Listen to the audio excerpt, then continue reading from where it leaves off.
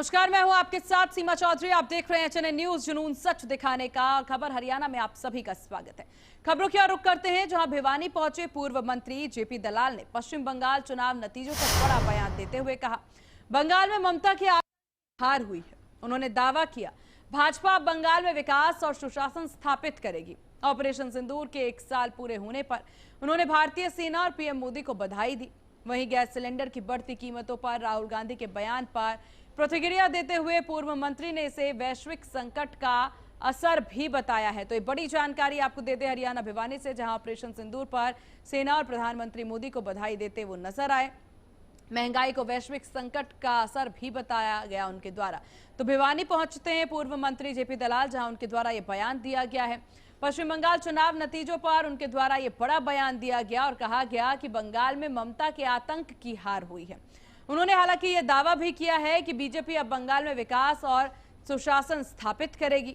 Operation सिंदूर के 1 साल पूरे होने पर इस बीच उन्होंने भारतीय सेना और प्रधानमंत्री नरेंद्र मोदी को शुभकामनाएं दी। तस्वीरें आपकी टीवी स्क्रीन पर, जहां बैठक की तस्वीरें हैं। साथ ही आपको बता दें कि गैस सिलेंडर की बढ़ती कीमतों पर राहुल गांधी के बयान पर प्रतिक्रिया देते हुए पूर्व मंत्री ने इसे वैश्विक संकट का असर भी बताया। उन्होंने कहा कि ये वैश्विक संकट है, न केवल भारत में। तो ये तमाम बयान उनके द्वारा दिए गए।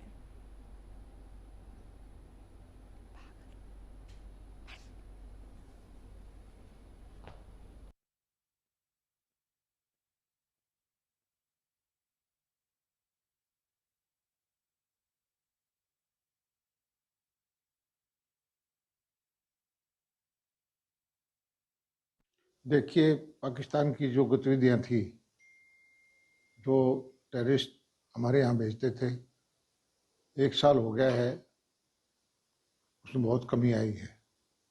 और ये इसी वजह से है कि भारत ने घर में घुस के मारने की जो प्रथा शुरू की है। पाकिस्तान को पता चल गया है कि जब भी कभी भारत के साथ ऐसा काम करेगा तो उसके घर में घुस के मारेंगे। और मोदी जी ने जो करके दिखाया है वो ऐसा कभी किसी ने नहीं किया। और भारत की सेनाओं ने जो पराक्रम दिखाया है उसका कोई मुकाबला नहीं है। मैं भारत की सेनाओं का धन्यवाद करता हूं और हमारे नेतृत्व का धन्यवाद करता हूं कि एक मजबूती दिखा करके भारत के आत्मबल को बढ़ाया है। चलिए खबरों में आगे बढ़ते हैं, जहां पलवल के गांव गुलावद में शहीद लांस नायक दिनेश शर्मा की पुण्यतिथि पर उनकी प्रतिमा अनावरण समारोह आयोजित किया गया। ऑपरेशन सिंदूर के दौरान पाकिस्तान की गोलीबारी में शहीद हुए दिनेश शर्मा को सैनिक सेवा समिति ने श्रद्धांजलि अर्पित की। इस मौके पर शहीद की पत्नी सीमा और पिता दयाचंद को स्मृति चिन्ह भेंट करके सम्मानित किया गया। इस दौरान एडवोकेट राजीव लांबा और सैनिक सेवा समिति के पदाधिकारियों ने कहा कि देश की रक्षा करते हुए अपने प्राणों का बलिदान देने वाले शहीदों को पूरा मान सम्मान मिलना चाहिए। तो हरियाणा पलवल से खबर आपको बता दें, आज ऑपरेशन सिंदूर के जवानों को देखिए यहाँ पर श्रद्धांजलि जो है वो दी गई है। पलवल के गांव गुलावद से ये खबर सामने आ रही है, जहां पर आपको बता दें कि सैनिक सेवा समिति के शहीद को यहाँ पर श्रद्धांजलि अर्पित की गई है। तस्वीरें भी आपकी टीवी स्क्रीन पर पलवल के गांव गुलावद की ये खबर है, जहां शहीद लांस नायक दिनेश शर्मा की पुण्यतिथि है। उनकी प्रतिमा अनावरण समारोह आयोजित किया गया। ऑपरेशन सिंदूर के दौरान पाकिस्तान की गोलीबारी में शहीद हुए दिनेश शर्मा को सैनिक सेवा समिति ने श्रद्धांजलि अर्पित की। मौके पर शहीद की पत्नी सीमा और पिता दयाचंद को स्मृति चिन्ह भेंट करके सम्मानित किया गया। इस दौरान एडवोकेट राजीव लांबा और सैनिक सेवा समिति के पदाधिकारियों ने कहा कि देश की रक्षा करते हुए अपने प्राणों का बलिदान देने वाले शहीदों को पूरा सम्मान मिलना चाहिए। तो गांव गुलावद से खबर सामने आ रही है, जहां आपको बता दें कि यहां पर ऑपरेशन सिंदूर के दौरान पाकिस्तान की गोलीबारी में शहीद हुए दिनेश शर्मा को सैनिक सेवा समिति ने श्रद्धांजलि अर्पित की है। मौके पर शहीद की पत्नी और पिता दयाचंद को स्मृति चिन्ह भेंट करके सम्मानित किया गया है। वहीं एडवोकेट राजीव लांबा और सैनिक सेवा समिति के पदाधिकारियों ने कहा है कि देश की रक्षा करते हुए अपने प्राणों का बलिदान देने वाले शहीदों को पूरा सम्मान मिलना चाहिए। और यहाँ पर इसी को लेकर के देखिए श्रद्धांजलि सभा का ये आयोजन किया गया, जहां प्रतिमा का अनावरण भी किया गया। हिंदुस्तान की आत्मा पर विदेशी ताकतों ने, जो हमारे दुश्मन थे, पहलगाम के अंदर हमला किया और पहलगाम में हमारी बहन बेटियों का जो सिंदूर उजाड़ दिया गया।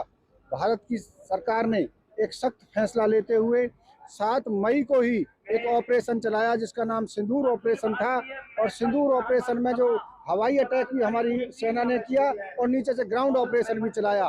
तो ग्राउंड ऑपरेशन में जो हमारा भाई दिनेश शर्मा था वो बिल्कुल आर्टिलरी रेजिमेंट में था, फ्रंट पे था और बड़ी बहादुरी के साथ, बड़ी वीरता के साथ, बड़े शौर्य के साथ दुश्मनों के दांत खट्टे करते हुए वो वीरता को प्राप्त हुआ। उसने अपना सर्वोच्च बलिदान किया। आज पूरा इलाका, पूरा क्षेत्र, पूरा गांव, आज उन्हें उनकी प्रतिमा का अनावरण किया गया है। दिनेश शर्मा के मैं परिवार को नतमस्तक करता हूँ। भारत माता की रक्षा करते हुए तिरंगे का मान सम्मान रखने के लिए अपनी शहादत दी है। अपने परिवार का नहीं, पूरे देश का नाम रोशन किया है। ये 7 मई को आज 1 वर्ष पूरा हुआ है। प्रथम उसमें ही दिनेश शर्मा जी ने भारत माँ की रक्षा के लिए अपने प्राण न्यौछावर कर दिए और आज अपने गांव नंगला मोहम्मदपुर का ही नाम नहीं किया इन्होंने, बल्कि पूरे भारत देश का नाम किया, पलवल जिला का नाम किया है और अपने परिवार का नाम रोशन किया। सुबह से ही क्षेत्र में सभी नेतागण, गणमान्य व्यक्तियों ने, पंच, सरपंच, बीडीसी, एमएलए सभी लोगों ने आकर के आज सच्ची श्रद्धांजलि दी है। इस परिवार को जितना हो सके, जो समाज सपोर्ट कर रहा है, कि एटलीस्ट जो भी जनप्रतिनिधि है उनको ग्राउंड पर आकर, खासकर जैसे चेंज ऑफ नेम का था कि प्रोसेस चल रहा है, प्रोसेस खत्म होना चाहिए और जितना हो सके परिवार को सम्मान, जिस प्रकार का आप सभी लोग यहाँ पर आज आकर इतनी पावन धरती पर सभी सम्मान कर रहे हैं, ये सेम सम्मान जहाँ पर रुका हुआ है वहाँ से भी मिलना चाहिए। बट सबसे विनती है, कृपया करके कोशिश करें कि जो प्रॉब्लम्स ग्राउंड पे आती हैं जनप्रतिनिधि को वो देखकर और उनको इम्प्लीमेंट कराने की कोशिश करें। महेंद्रगढ़ लघु सचिवालय में आयोजित समाधान शिविर में जिला उपायुक्त ने लोगों की समस्याएं सुनी। इस दौरान पुलिस अधीक्षक भी मौजूद रहे। शिविर में अवैध कब्जे, पेयजल, राशन कार्ड, बिजली आपूर्ति, परिवार पहचान पत्र, नगर पालिका से जुड़ी हुई कुल 40 शिकायतें सामने आई। डीसी ने अधिकारियों को जन समस्याओं का जल्द समाधान करने के निर्देश दिए। नगर पालिका से जुड़े हुए मामलों में 1 सप्ताह के भीतर जांच रिपोर्ट सौंपने को कहा गया। वहीं नगर पालिका ने सड़क निर्माण में अनियमितताओं और ठेकेदारों की लापरवाही का मुद्दा भी उठाया है। तो हरियाणा महेंद्रगढ़ से एक खबर सामने आ रही है, जहां आपको बता दें कि सड़क निर्माण और तमाम अनियमितताओं को लेकर के सवाल जो है यहाँ पर मुद्दा जो है उठाया गया है और यहाँ पर महेंद्रगढ़ लघु सचिवालय में समाधान शिविर का आयोजन किया गया, जिसमें जिला उपायुक्त ने लोगों की समस्याएं सुनी। इस दौरान पुलिस अधीक्षक भी मौजूद रहे। शिविर में अवैध कब्जे, पेयजल, राशन कार्ड, बिजली आपूर्ति, परिवार पहचान पत्र, नगर पालिका से जुड़ी हुई कुल 40 शिकायतें सामने आई हैं। डीसी ने अधिकारियों को जन समस्या का जल्द से जल्द समाधान करने के निर्देश दिए हैं। वहीं आपको बता दें कि नगर पालिका से जुड़े हुए मामलों में 1 सप्ताह के भीतर जांच रिपोर्ट सौंपने के निर्देश भी दिए गए हैं। वहीं नगर पालिका ने सड़क निर्माण में अनियमितता और ठेकेदारों की लापरवाही का मुद्दा भी उठाया है।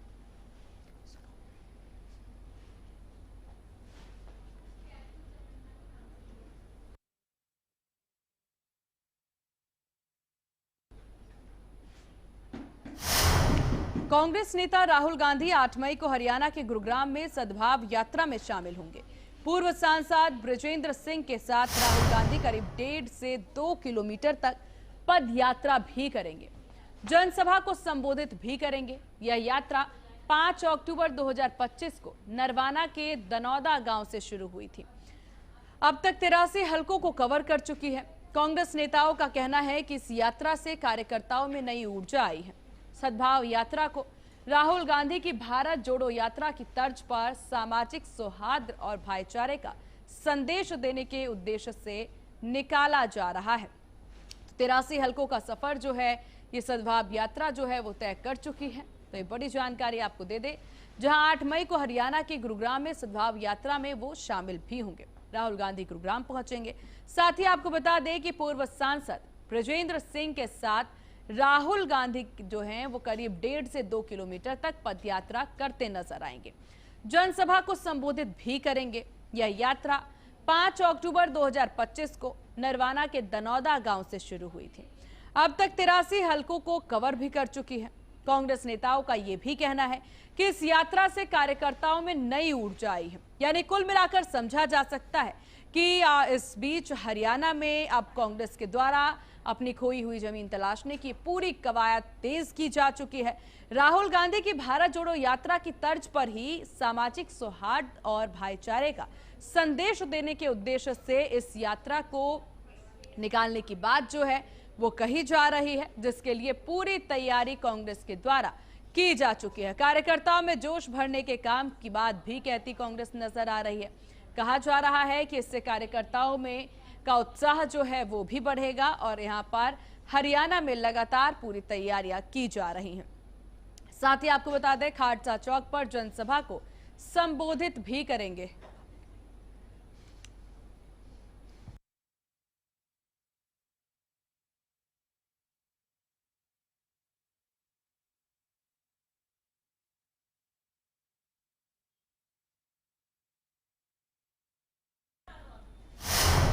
चलिए खबरों में आगे बढ़ते हैं, जहां यमुनानगर में नगर निगम सफाई कर्मचारियों और श्रम कर्मचारी संघ की हड़ताल का असर अब शहर की सफाई व्यवस्था पर भी दिखने लगा है।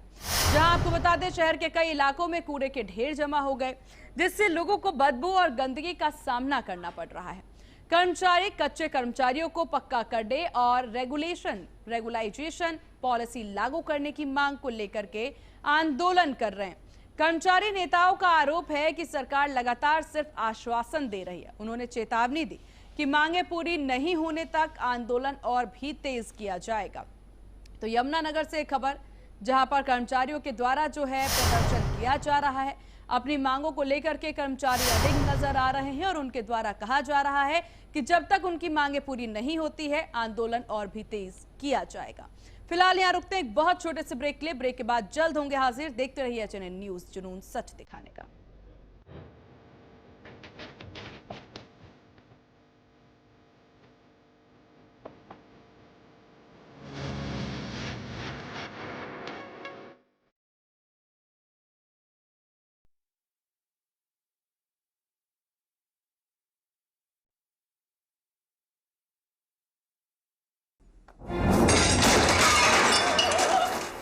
फर्श की टाइल्स को चेंज करो, बड़ी स्लिपरी हैं। थर्मोकूल वॉशिंग मशीन। थर्मोकूल, इंडिया का नया अंदाज।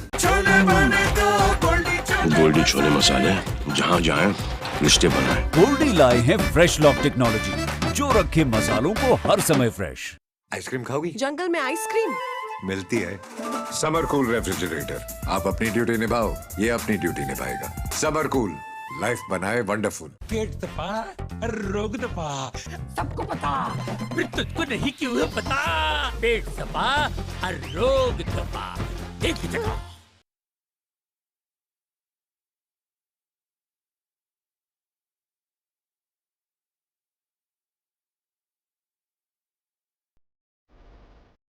जहां हर खबर है पहाड़ों की तरह खूबसूरत और हर मुद्दा है उतना ही दमदार। चार धाम यात्रा हो या बारिश का पहाड़ों की सुरक्षा हो या सरकार के बड़े फैसले, हम बताएंगे आपको हर वक्त हर खबर के साथ। नए उत्तराखंड की नई आवाज, खबर उत्तराखंड, एचएनएन न्यूज़ पर।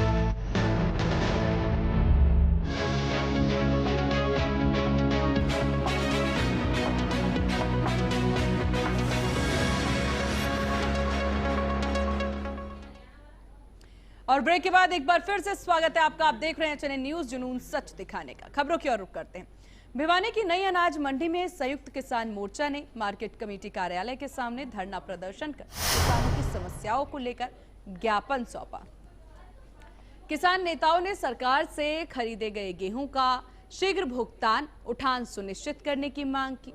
उन्होंने आरोप लगाया कि सरकार खरीद प्रक्रिया में अनावश्यक शर्तें लगाई, जिससे किसानों को परेशानी हुई। किसानों का कहना है कि उठान में देरी, बेमौसमी बारिश के कारण गेहूं और सरसों खराब हो रही है, जिससे किसानों को नुकसान उठाना पड़ रहा है। किसानों ने जल्द समाधान न होने पर आंदोलन तेज करने की चेतावनी दी। आज का जो हमारा प्रदर्शन था, तो ये धरना है, प्रदर्शन है, सरकार से हम मांग कर रहे हैं महिलाओं के साथ तो 33% आरक्षण, 2023 में ये लागू करना था, मोदी सरकार ने इसको नहीं किया, ठंडे बस्ते के अंदर डाल दिया।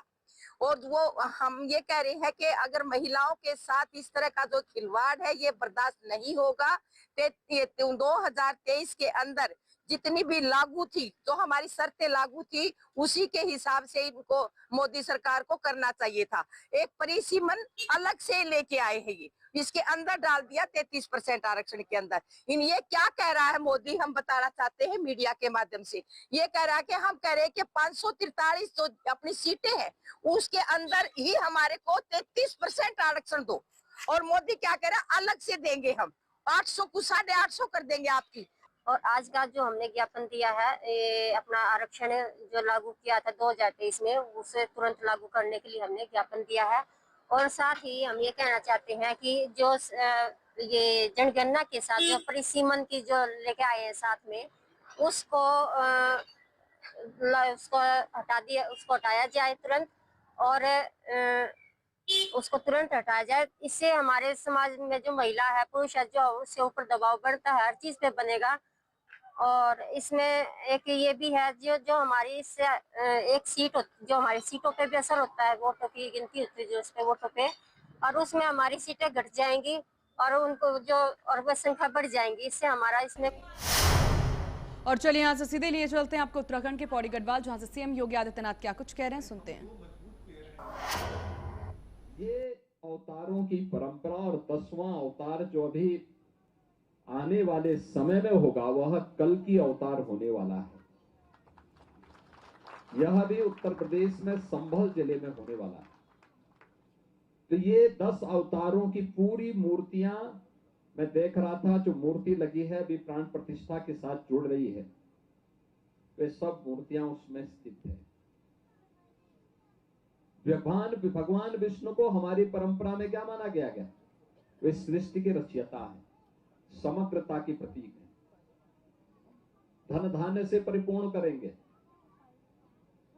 उजड़ रही व्यवस्था को फिर से समग्रता के साथ, विकास के साथ जोड़ने का कार्य करेंगे। और एक और यह 10 अवतारों की गाथा भगवान श्री हरि विष्णु के साथ। गणपति की भी भव्य प्रतिमा, भगवान देवादिदेव महादेव की भव्य प्रतिमा स्थापित हुई है। और भव्य प्रतिमा के साथ ही यहाँ पे जगत जननी मां भगवती दुर्गा की भी मूर्ति स्थापित हुई है, और बजरंगबली हनुमान जी की भी।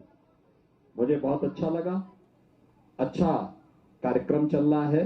बाकी मूर्तियां प्राण प्रतिष्ठित हो चुकी हैं। कल मुख्य मूर्ति श्री हरि विष्णु की यह मूर्ति कल यहाँ पर प्राण प्रतिष्ठा के साथ ये 5 दिवसीय श्री विष्णु महायज्ञ का आयोजन, इसकी पूर्णाहुति के साथ ये सारा कार्यक्रम संपन्न होगा।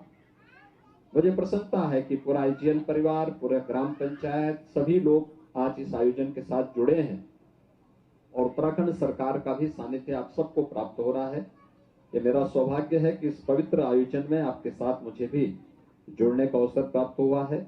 मैं एक बार फिर से आप सबको इस पूरे कार्यक्रम की हृदय से बधाई देता हूं, अपनी शुभकामनाएं देता हूं, और विश्वास करता हूं कि श्री हरि विष्णु उत्तराखंड की समृद्धि में जो योगदान उत्तराखंड की सरकार कर रही है, निरंतर उसे विकास के नए पथ पर आगे बढ़ाने का कार्य कर रही है।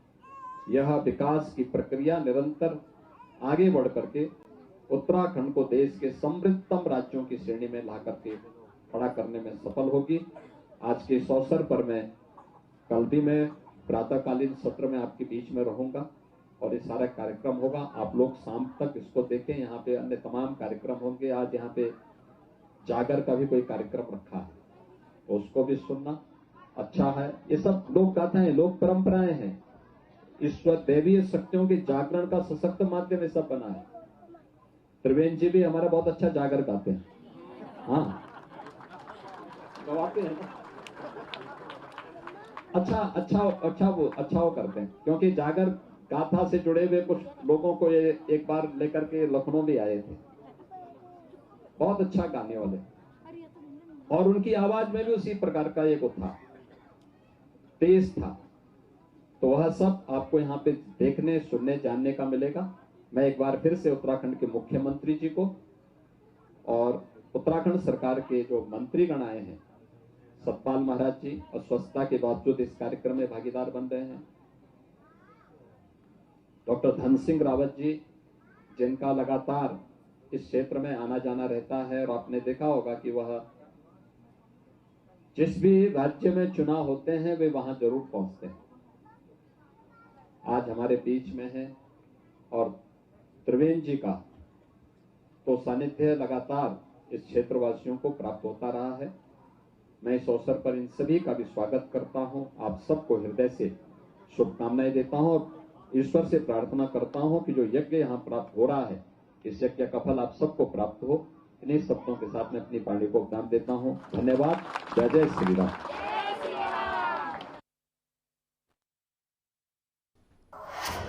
चलिए खबरों में आगे बढ़ते हैं, जहां हरियाणा में पराली प्रबंधन को लेकर के सरकार अलर्ट मोड पर है।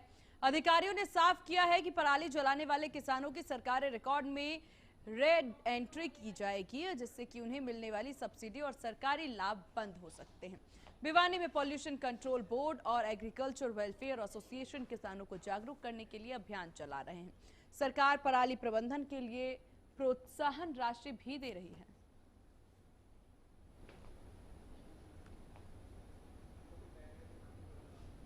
तो मजबूरी में चढ़ा आ रहा है किसान, इससे किसान का भी नुकसान हो रहा है, जमीन की जो शक्ति है वह नष्ट हो जाती है इससे। इसलिए फिर क्या करे, जमींदार भी मजबूरी में धरती नहीं पा रही, गवर्नमेंट मदद नहीं करी, इसका उठान कर ले, कटाई कटुई कराएगी, इसकी एक तरफ कर दे और सहायता कर दे किसान की कुछ, या गवर्नमेंट नहीं कर रही कुछ, मजबूरी में किसान जड़ा देता है इसको। धरती नहीं बढ़ने के कारण गलेट लगे हैं, फसल बुआरा अच्छी तरह से नहीं होता। इस तरह से पराली जैसे काट दिया पिन धान की, गेहूं की बिजाई करनी है तो वो बोन लगा है, तो आधी फसल में गेहूं जमता, आधी में पराली रहती है, तो गेहूं वहाँ नीचे रेत मिट्टी में नहीं पड़ता, वो पराली पर रह जाता है। ऐसा कोई रात चलाना चाहिए सरकार ने। अब भाई इसको एक बार ने काट कूट के एक तरफ कर दे, फिर किसान पराली नहीं चलाएगा। किसान अपनी उसमें जाता है, भाई गेहूं नहीं जमेगा सारा। अब की बार बहुत पराली इससे कटवाई, मतलब है कंबाइन से, तो वो पराली ना तो जलाई, और जलाओ तो शताना नहीं जला की राजी नहीं है किसान। Agriculture and farmer welfare association DD agriculture का बहुत ज़्यादा रोल है। वो भी अवेयरनेस कैंप करते हैं, जगह जगह कैंप लगाते हैं फार्मर्स के साथ, और हमारे फील्ड में जो ऑफिसर्स हैं वो भी उनको पैम्फलेट्स बांट रहे हैं जाके, और मंडियों के अंदर बैनर्स भी लगा रहे हैं, फ्लैक्स और बैनर्स जगह जगह डिस्प्ले कर रहे हैं। गवर्नमेंट ऑफिस में जैसे बस स्टैंड हो गया, रेलवे स्टेशन हो गया, आपकी अनाज मंडीज होगी, सब्जी मंडीज हो गया, तो इसको हम करते हैं। और जो एग्रीकल्चर डिपार्टमेंट्स हैं वो भी इसी तरह अवेयरनेस कम करता है फार्मर्स के साथ। और डीसी साहब ने टीमें बनाई हुई हैं, जैसे पूरे जिले वाइज, फिर सब डिवीजन वाइज, फिर नीचे ब्लॉक वाइज, और गांव के अंदर भी जैसे कंसर्न पटवारी कानून गो है, उसके उन सब के साथ एक टीमें बनाई हुई है, उनकी ड्यूटीज लगाई है। जो भी हार्सेक से हमारे पास इंफॉर्मेशन आती है सैटेलाइट के थ्रू, जहाँ बर्निंग इंसिडेंट होता है, वो इमीडिएटली एग्रीकल्चर डिपार्टमेंट को और इन टीमों के पास पहुंच जाता है। फिर उसके ऊपर फील्ड में वो जाके वेरीफाई करते हैं, उसके अकॉर्डिंगली एक्शन लेते हैं। अभी तक जो यहाँ पर है 74 केसेस आए हैं, तो एग्रीकल्चर डिपार्टमेंट ने जो आइडेंटिफाई करे 29 मौके पे नहीं पाई है एफएल जोन की, और बाकी में 19 केस ऐसे थे जिनके ऊपर एक्शन हुआ है, जिसमें के लिए 18 केसों के लिए पोल्यूशन कंट्रोल बोर्ड ने एफआईआर के लिए एसपी सर को लेटर्स लिखा है, और एक में अपना एग्रीकल्चर डिपार्टमेंट ने 5,000 रुपये चालान। और इन्हीं खबरों के साथ इस बुलेटिन में बस इतना ही। देखते रहिए एचएनएन न्यूज़, जुनून सच दिखाने का। नमस्कार।